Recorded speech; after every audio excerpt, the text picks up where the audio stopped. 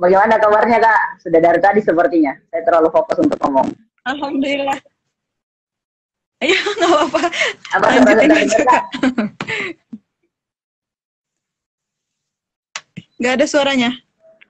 Nah, jadi teman ngobrol kita pada malam hari ini namanya Kak Sri Resna.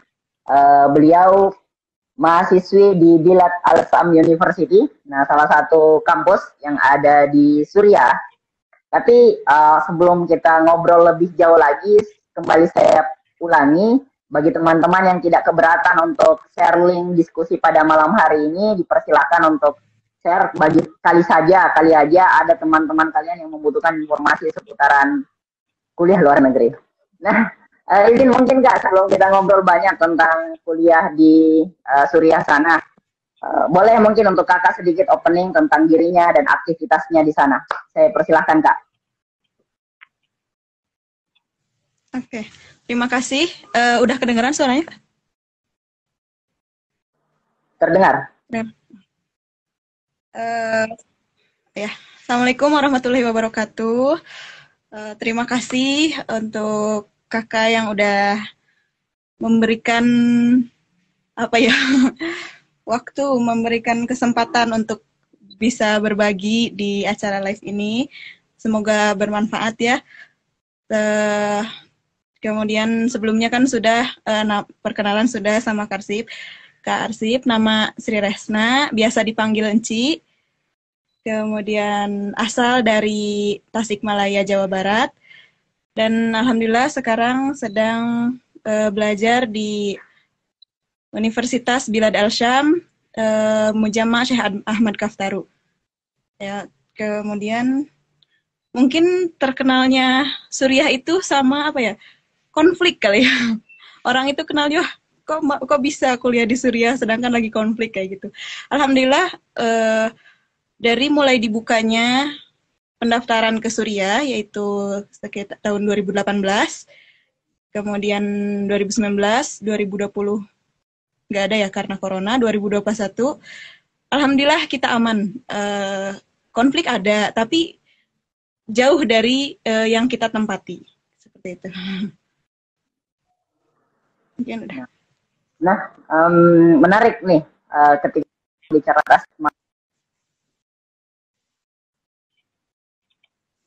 data yang pertama bahwasanya Jawa Barat itu penduduk yang terpadat kurang lebih kalau saya nggak salah 48 juta jiwa. Dan poin menarik yang lain bahwasanya pesantren itu paling banyak di Jawa Barat dan terkhusus itu paling banyak di Tasikmalaya. Cuman saya kurang tahu detailnya apakah Tasikmalaya Kota atau Kabupaten Tasikmalaya. Nah, meskipun ketika kita berbicara santri terpadat, santri terbanyak itu ada di Jawa Timur gitu.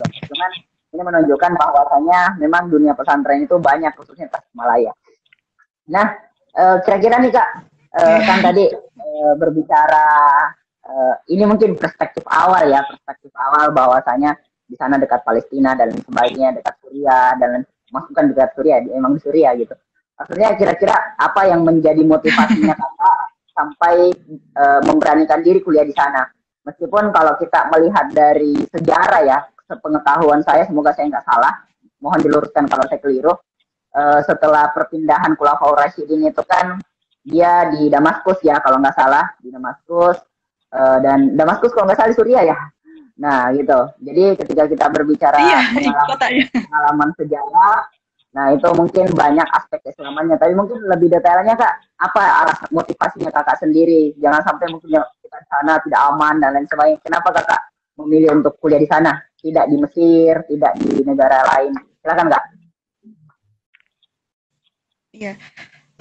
Sebelumnya gimana ya? Untuk motivasi kuliah di sini sebenarnya awalnya nggak tahu. Belum tahu Suriah itu kayak apa, Suriah itu gimana. Ya cuman taunya Suriah negara konflik aja. Itu aja. Gak ada terbesit, gak ada niat sedikit pun untuk ya ada gitu, masa ada gitu ya dibuka kuliah di negara konflik kayak gitu. Jadi setelah lulus dari pesantren, pingin banget kuliah di luar negeri yaitu di Malaysia. Coba daftar ke Malaysia, Alhamdulillah lulus. Terus udah bikin paspor, udah transkrip nilai, udah terjemah ijazah, tapi belum ada kabar. Ya udah akhirnya ya udah keluar dari pesantren karena belum ada kabar, mesantren lagi di salah satu pesantren di Bandung yaitu Darul Halim, pesantren Darul Halim. Terus karena di Darul Halim ini boleh sambil kuliah, akhirnya daftarlah ke kuliah di perkuliahan di Bandung. Alhamdulillah kuliah di Bandung selama 2 tahun. Jadi kuliah pesantren sambil kuliah. Nah, di pesantrennya aku itu punya channel ke sini, kuliah di sini.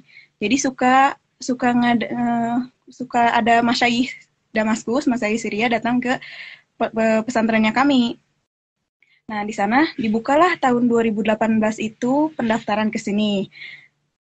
Awalnya nggak ikut gitu, atau udah daftar di sini gitu ya, udah daftar di Indonesia, udah sekolah, udah mulai belajar juga di Indonesia. Tahun 2019 coba ikut. Soalnya masyayikhnya Masya Allah ya. Terus tapi nggak apa ya, nggak kepikiran buat mau ke sini, cuman pengen coba-coba daftar aja. Akhirnya coba ikut daftar. Setelah ikut daftar, alhamdulillah dinyatakan lulus gitu. Boleh setelah dinyatakan lulus, kayaknya cuma lulus doang, nggak bakal mungkin berangkat kayak gitu. Tetap masih kuliah, terus sampai ada pemberitahuan, misalkan seminggu lagi berangkat. Seminggu lagi berangkat itu masih belum yakin kalau misalkan mau ke Suriah ya. Diskusi dulu sama orang tua, ini beneran mau kuliah di luar negeri?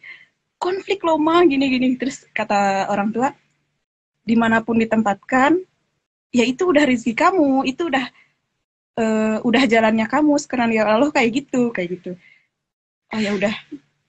Sampai berangkat itu nggak dari rumah. Jadi berangkat itu dari pesantren, langsung ke Jakarta, jadi nggak dari rumah. Semua barang-barang disiapin sama sahabat, sama teman-teman yang di pesantren. Karena gak nyangka. Dan aku itu belum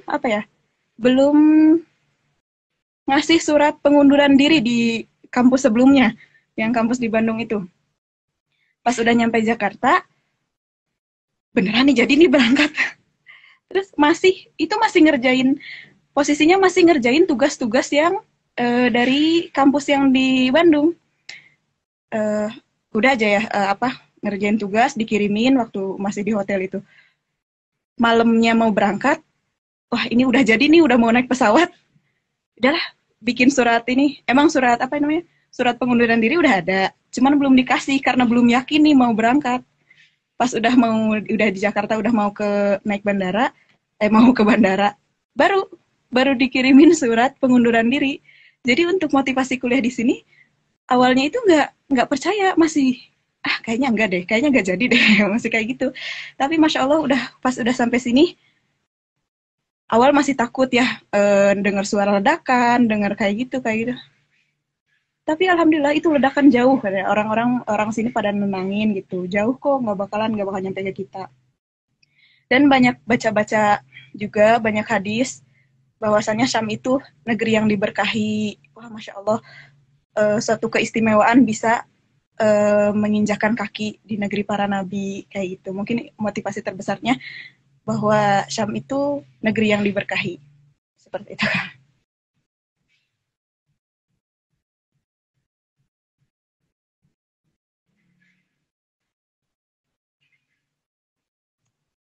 Mohon maaf Kak, suaranya belum terdengar. Nah, jadi ini juga menarik ya. Tadi cerita-ceritanya tentang motivasi kuliah, termasuk negeri para nabi di Syam itu, dan bercerita tentang Masya yang ini luar biasa lah keilmuannya, sehingga menjadi motivasi tersendiri untuk ke Suriah. Dan kalau saya nggak salah informasi juga, salah bacaan juga, setelah perpindahan ibu kota kekhilafan kan ya, dari pusatnya itu pindah ke Damaskus dan dipimpin oleh Umayyah, Bani Umayyah itu kan menjadi awal pertama juga pasukan Islam itu memiliki angkatan laut gitu, karena dia harus menyeberang dan lain sebagainya. Jadi mereka terpikir di sana untuk membuat angkatan laut. Nah, setahu saya seperti itu. Dan ini menarik juga ketika bercerita tentang belajar di tempat apa ya, eh, negara yang maksudnya secara sejarah, kultur dan lain sebagainya itu masih dekat tentang sejarah Islam. Dan poin menariknya sebenarnya menurut saya ketika kita ingin belajar sesuatu maka langsung datanglah ke tempatnya gitu. Makanya kan kita kalau nggak salah tuh disuruh minta usil art gitu, bertualang lah di muka bumi, lihat bangsa-bangsa sudah bertumbuh dan hancur dan lain sebagainya. Oh iya Kak, kira-kira kalau kita kan tadi berbicara apa motivasinya, terus kalau berbicara peluang beasiswa di sana, apakah itu ada beasiswa dari Suriahnya yang buka atau memang dari Indonesia yang mendorong ke Suriah atau memang biaya mandiri atau gimana?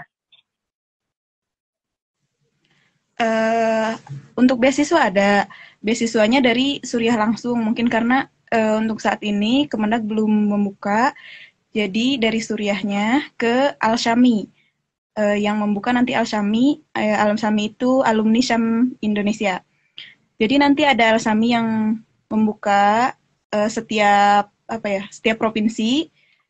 Habis itu nanti ya ada pemberitahuan ya untuk lebih lanjutnya, misalkan kalau misalkan ingin mengetahui tentang pendaftaran seperti itu, silakan diikuti Instagramnya Al-Syami, alumni Syam Indonesia. Di sana ada berita-berita mengenai beasiswa, mengenai ya perkuliahan di sini, pembelajaran di sini. Itu. Jadi ya kami di sini membuka beasiswa. Dan kebanyakan juga beasiswa yang dari Indonesia ke sini itu kebanyakannya Indonesia beasiswa. Hanya beberapa aja yang ini. Dan kalau Kakak sendiri beasiswa atau mandiri? Beasiswa, alhamdulillah.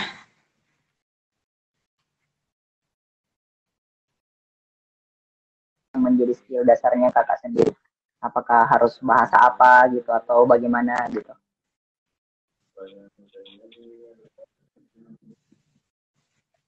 Sepertinya nggak ada sinyal ya Kak. Nggak ada jaringan. Gimana ini? Jadi kan tadi bilang dapat peluang beasiswa nih, Jadi kira-kira untuk persiapan beasiswa itu apa saja yang perlu dipersiapkan? Entahkah bahasa apa atau hal-hal yang lain mungkin yang perlu dipersiapkan?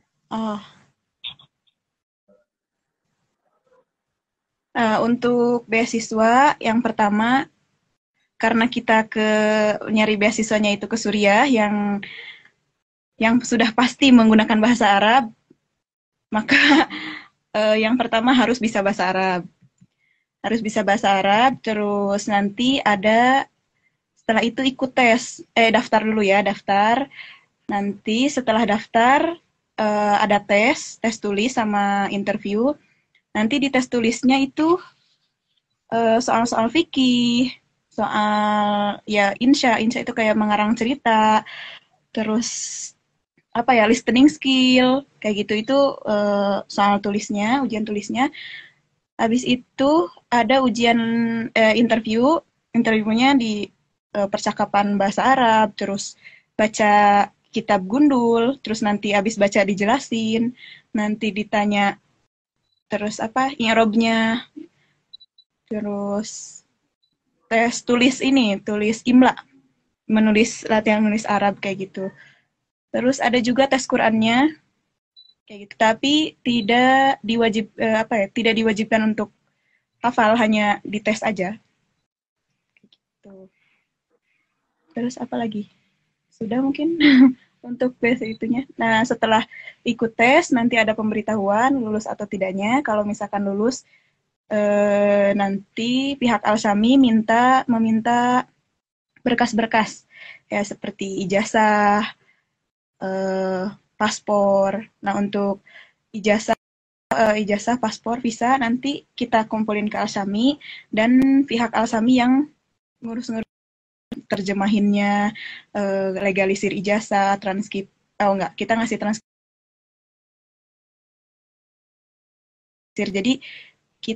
Jadi untuk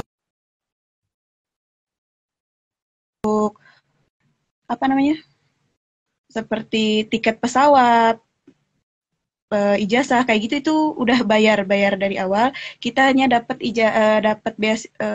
beasiswanya itu kuliah, biaya asrama, makan, ada study tour juga biasanya rihlah. Udah selebihnya uang saku dan lain-lain, kebutuhan pribadi itu dari kita, dari masing-masing individu kayak gitu. Jadi tergantung juga ya irit-iritnya orang ya.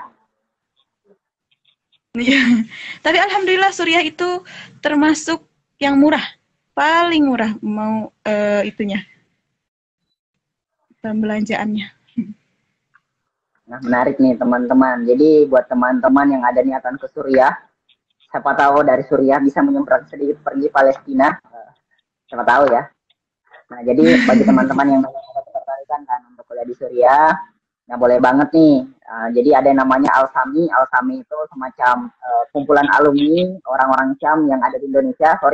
Syam yang ada di Indonesia. Nah, jadi di sana bisa di-follow IG-nya dan teman-teman bisa dapatkan informasi seputaran beasiswa di Suriah melalui Instagram tersebut. Nah, terus bagi teman-teman yang ingin kuliah sebenarnya bukan hanya di Suriah sih, pada dasarnya Afrika, Timur Tengah, dan pada umumnya itu memang skill utamanya itu adalah bahasa Arab ya, bahasa Arab. Jadi memang salah satu fondasi yang teman-teman perlu siapkan ya harus bisa bahasa Arab pastinya. Nah, jadi kalau berbicara ini Kak, berbicara berikutnya kita mau tanya tentang poin adaptasi ya. Karena saya juga nggak paham sih Suriah itu bagaimana, apakah Suriah itu tandus, hijau atau bagaimana, saya juga nggak tahu gitu. Nah, jadi kira-kira bagaimana proses adaptasinya Kakak di sana, mulai dari kan bicara bahasa baru kan, bertemu dengan orang baru maksudnya, terus bertemu dengan makanan baru, maksudnya beradaptasi kan, terus bagaimana dengan suhu di sana. Jadi kira-kira bagaimana proses adaptasinya Kakak selama di sana? Iya, untuk proses adaptasi yang pertama cuaca ya, pasti cuaca itu sangat berpengaruh untuk tubuh. Pertama itu cuaca, awal datang ke Suriah itu udah musim dingin. Jadi karena biasa cuaca di Indonesia itu panas, sekitar Bandung itu 26-30-an ya cuacanya. Pas ke Damaskus itu udah mulai udah belasan derajat. Jadi timpang banget gitu ya cuacanya. Nah, untuk cuaca agak sulit. Aku sendiri ya, kurang tahu kalau misalkan teman-teman yang lain. Setiap perpindahan cuaca itu pasti apa ya, kayak sakit lah atau gimana ngerasain, misalkan kalau panas di sini panas banget sampai 40 derajat. Kadang kalau musim panas sering mimisan kayak gitu. Terus kalau musim dingin jadi apa ya, kitanya harus bisa tahu gitu. Oh, ini musim panas berarti kita misalkan nggak boleh terlalu capek, nanti kayak gimana. Kalau misalkan musim dingin, harus sediain pakaian yang tebal, dan ya intinya dari kitanya sendiri harus bisa memprotek diri sendiri, kayak gitu. Itu untuk cuaca, sampai sekarang juga belum bisa adaptasi kalau misalkan pergantian cuaca. Tapi kalau misalkan di musim udah itu hanya awal. Kalau misalkan udah kesini-sini, itu udah alhamdulillah udah biasa. Kayak sekarang itu akhir musim dingin, jadi alhamdulillah udah mulai stabil gitu. Itu dari cuaca. Kemudian orang baru. Pertama kesini itu aneh ya. Kita udah punya bekal bahasa Arab nih. Tapi orang-orang Arab itu belum paham apa yang kita ungkapi, apa yang kita ucapkan itu. Hah? Kamu bilang apa? Hah? Gitu. Kayak mereka itu belum paham apa yang kita ucapin. Meskipun kita pakai fusah, karena apa ya, dialek lahjahnya, cara baca kita mungkin agak berbeda, jadi agak asing di telinga mereka kayak gitu. Jadi tapi insya Allah kalau misalkan kita terus bercakap-cakap, terus ngobrol gitu sama orang Arabnya, insya Allah. Dan di sini itu kebanyakannya pakai bahasa Amiyah, bukan pakai fushah. Dosen juga ngejelasinnya sebagian besar pakai Amiyah. Gitu. itu untuk orang barunya alhamdulillah orang-orang Suriah itu ramah, santun, sopan, baik-baik. Pokoknya kalau misalkan tolong menolongnya itu masya Allah banget, nggak nanggung-nanggung mereka kalau misalkan ini saling tolong menolongnya itu. Terus orang-orang sini tuh toleransinya masya Allah. Intinya mereka semua alhamdulillah orang-orang yang aku temui di selama di Damaskus, orang-orangnya sopan, baik seperti itu. Apalagi ke orang asing ya, orang-orang sini tuh. Itu mungkin, satu lagi makanan. Ya, makanan, kalau misalkan awal-awal, diusahakan lah, mungkin dari Indonesia pasti bawa bekal ya, maksudnya dari Indonesia itu bawa makanan yang biasa seperti abon atau Indomie di sini ada. Awal-awal belum asing ya makan itu, kayak gak enak, roti terus makannya gitu. Tapi alhamdulillah udah kesini udah biasa. Dan kita juga di sini dibolehin masak, jadi sesekali kita kayak belanja masak-masakan Indonesia gitu.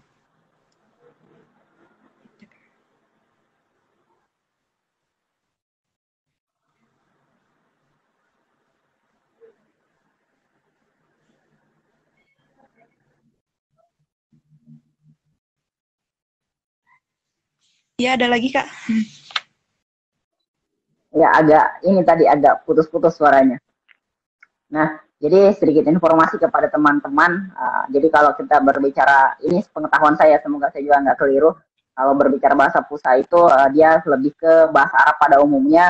Sementara ketika kita berbicara bahasa Mia itu, dia lebih ke bahasa lokal. Jadi ya sama sebenarnya ketika kita berbicara Indonesia kan, setiap kabupaten kota itu ada bahasa daerahnya masing-masing. Nah, dan kurang lebih itu yang dimaksud bahasa Mia, sepengetahuan saya gitu.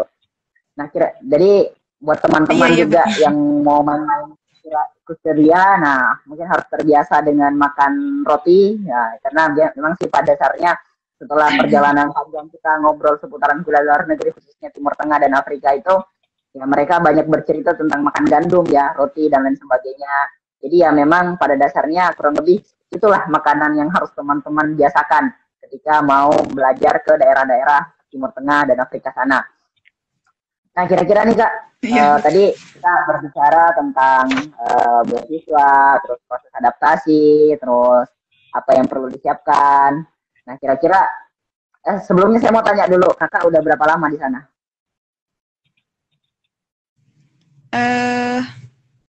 November 2 tahun, Desember jadi 2 tahun 3 bulan, lebih sehari.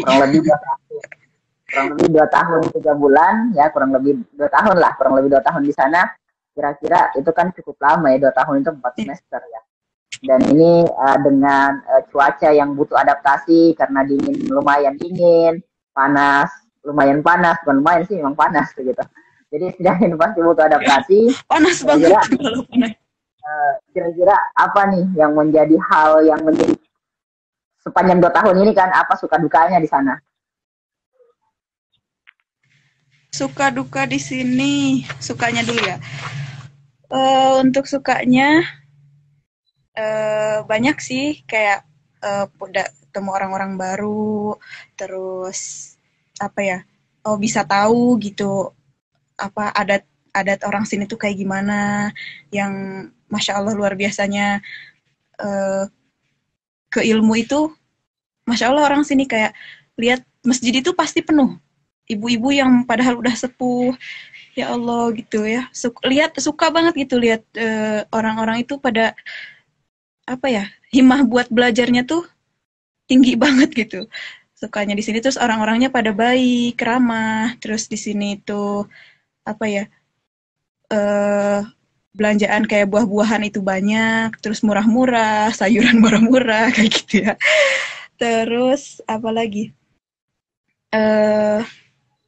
Yang lebih istimewanya sih kayak karena ini negeri yang diberkahi, terus banyak hadis yang bahwasanya Allahumma barik lana fi syamina, kayak gitu ya Allah berkahilah Syam kami. Terus kan Suriah itu termasuk negeri Syam ya, apalagi zaman sejarah itu Damaskus itu adalah ibu kota Syam, yang mana sekarang Damaskus adalah ibu kotanya Suriah. Itu istimewanya. Kemudian di sini itu banyak kan negerinya para nabi, jadi ada beberapa nabi yang dimakamkan di sini, jadi kita bisa ziarah-ziarah. Terus ada juga peninggalan-peninggalan sejarah, banyak yang kita bisa kunjungi. Wah, dulu itu ternyata sahabat ini kayak gini, dulu ini Rasul kayak gini, kayak gitu. Jadi kita bisa tahu tentang sejarah-sejarah ke tempatnya langsung gitu. Enggak, kalau dulu kan waktu di Indonesia, oh ini loh, dulu tuh sahabat Bilal bin Rabah gini. Cuman ya tahu gitu aja. Tapi kan kalau lebih enak lagi kalau misalkan kita berziarah ke makamnya langsung, misalkan ke makamnya Nabi Yahya langsung ada di tempatnya kayak gitu. Peninggalan Bani Umayyah kan seperti Masjid Umawi ada di sini kayak gitu. Itu sukanya. Alhamdulillah jadi kita bisa berziarah. Kemudian untuk dukanya yang pertama karena ini negara konflik, jadi kadang masih ada rasa takut gitu kalau misalkan ada dengar suara ledakan ya, tiba-tiba ledakan. Kan ledakan itu pasti adanya malam gitu. Masih takut, tapi oh tenang kok.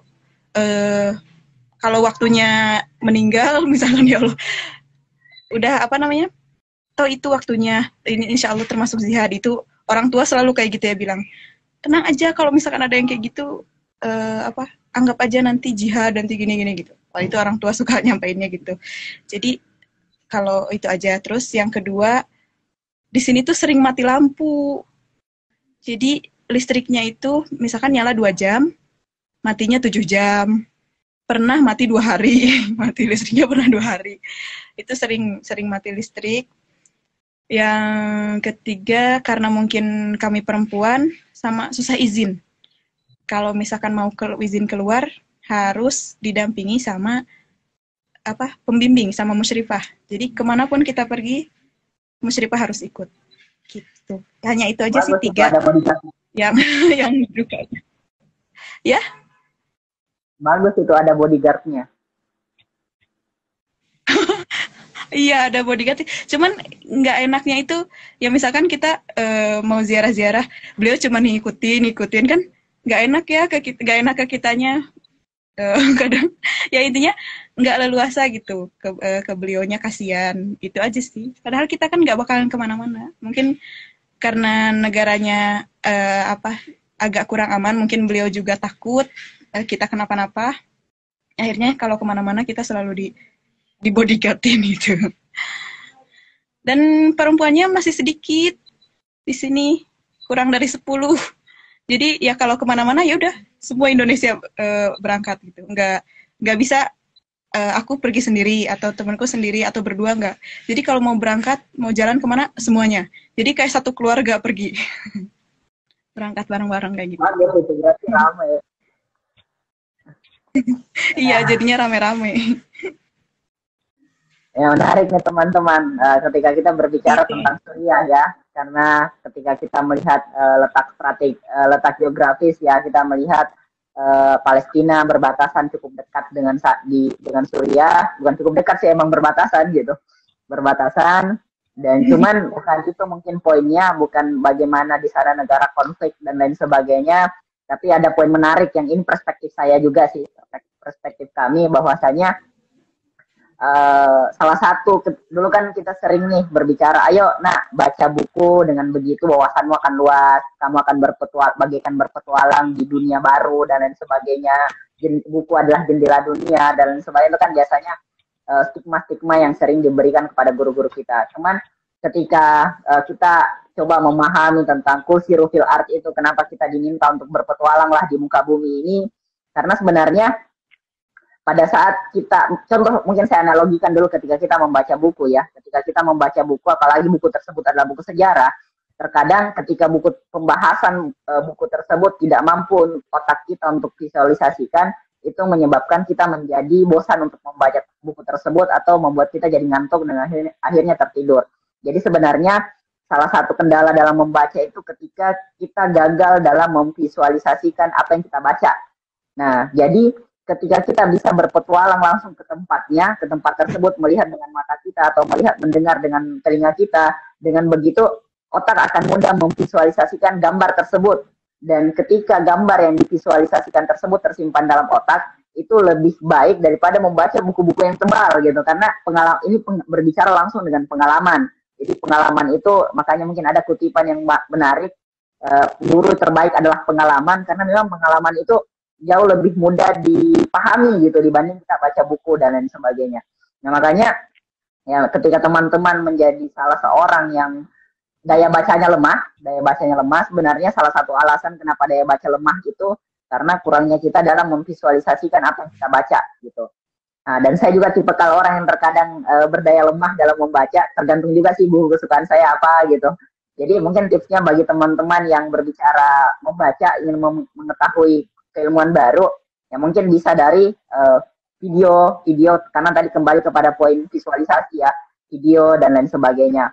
Jadi sebenarnya dengan memperbanyak referensi gambar itu, gambar, suara dan lain sebagainya, itu mempermudah nanti kita membaca buku-buku yang baru. Jadi bahkan ketika kita ada metode yang dicoba kembangkan teman-teman di Makassar gitu, metodenya smart reading. Kalau biasanya kita berbicara baca cepat, baca nyaring dan lain sebagainya, ini adalah metode cerdas dalam membaca.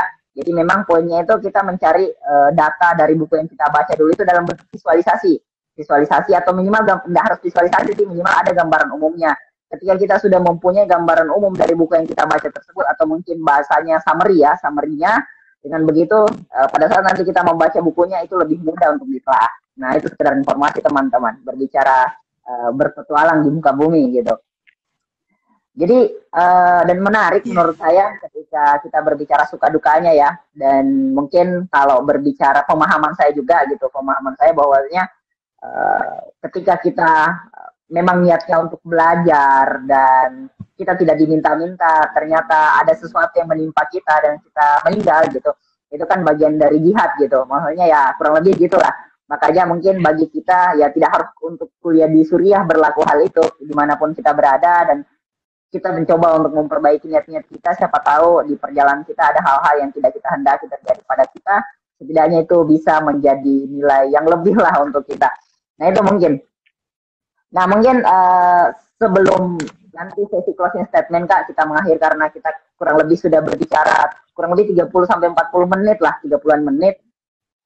Yang menjadi pertanyaan terakhir saya, apa nih, kan sudah 2 tahun di sana, apa yang kira-kira menjadi hal menarik yang Kakak lihat di sana, yang Kakak tertarik untuk bawa ke Indonesia? Yang info menarik di sini itu apa ya? Pertama itu pengen ngasih tahu ke orang-orang kalau misalkan Suriah itu nggak apa yang kalian dengar dan apa yang kalian lihat. Pasti kan kalau misalnya searching itu Suriah, pasti itu yang munculnya itu konfliknya. Sampai sekarang aja mau coba-coba searching Suriah, pasti yang muncul itu konfliknya.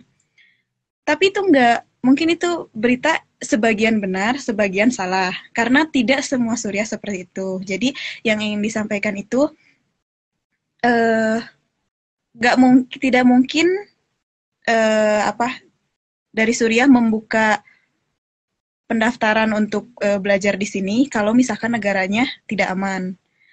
Jadi itu perangnya itu jauh banget sekitar 17 jam mungkin ya, di ujung-ujung Suriah banget. Jadi nggak jauh, bukan di ibu kotanya. Alhamdulillah Suriah aman. Terus banyak hal-hal yang menarik di sini, seperti kan negara Suriah itu negara peradaban pertama di dunia ya. Jadi negerinya para nabi, peradaban pertama. Kita banyak kayak peninggalan sejarah kayak gitu. Oh iya, satu lagi pengen nyampein, ada icon di Damaskus itu yang bikin menarik aku tuh ada pedang Damaskus ya. Jadi pedang Damaskus itu adalah pedang yang paling paling tertajam sedunia, dan tidak mungkin bisa dibuat kembali. Itu mungkin yang aku tertarik di Damaskus itu, pedang Damaskus. Sampai kan pedangnya itu dipakai buat waktu perang salib yang dipimpin oleh Sayyidina Salahuddin Alayubi, yang bisa pedangnya itu bisa matahin Memotong pedang kayu. musuh, terus bisa iya bisa sampai bisa tamengnya aja bisa terbelah, dan itu nggak bisa dibuat lagi gitu. Itu yang menurut aku masya Allah banget gitu ya di itu. Terus intinya di Damaskus itu banyak hal-hal yang menarik, nggak ada perang. Alhamdulillah sudah aman, dari tahun 2012 kita sudah aman. Hanya ledakan-ledakan aja, tapi ledakannya sangat jauh, nggak ada di sini, cuman kedengaran suaranya aja. Itu hal yang menariknya, ya intinya banyak yang peninggalan-peninggalan dan peradaban-peradaban dunia yang lainnya. Untuk hal yang bisa diambil dari yang pengen banget diterapin di Indonesia, salah satunya tidak membatasi usia untuk belajar. Kan kalau di Indonesia, mungkin nggak semua, ada beberapa perkuliahan di Indonesia itu hanya menerima misalkan menerima ijazah 3 tahun setelah lulus SMA misalkan, atau gimana. Kalau di sini tuh enggak. Kalau di sini itu malah teman kelas aku itu kebanyakan yang udah sepuh, yang udah usianya 60, 70. Jadi kakek-kakek nenek-nenek itu di sini Masya Allah masih pada semangat. Itu teman-teman kelas aku kebanyakan yang masih muda. Ketika berbicara teknologi canggih tidak melulu berbicara masa depan, melainkan kita juga berbicara tentang zaman saat ini gitu. Jadi bisa saja di zaman kita sekarang juga kita bisa membuat teknologi yang belum tentu bisa ditiru oleh masa berikutnya kita gitu. Nah, jadi ini mungkin menarik, dan ketika kita berbicara kajian peradaban, setiap berbicara kajian peradaban kita selalu berbicara dua hal, sebab runtuhnya suatu peradaban. Kita akan berbicara tentang teknologi yang canggih, dan kita akan berbicara tentang rusaknya akhlak gitu, rusaknya akhlak sehingga membuat peradaban tersebut runtuh gitu. Nah, ini menarik. Nah, jadi seperti ini Kak, kita sudah berapa kali mencoba dan selalu terlempar dengan sendirinya, termasuk saya juga. Mungkin sesi terakhir Kak, saya izin Kakak untuk memberikan closing statement. Oke. Ada suaranya? Iya Kak, terdengar.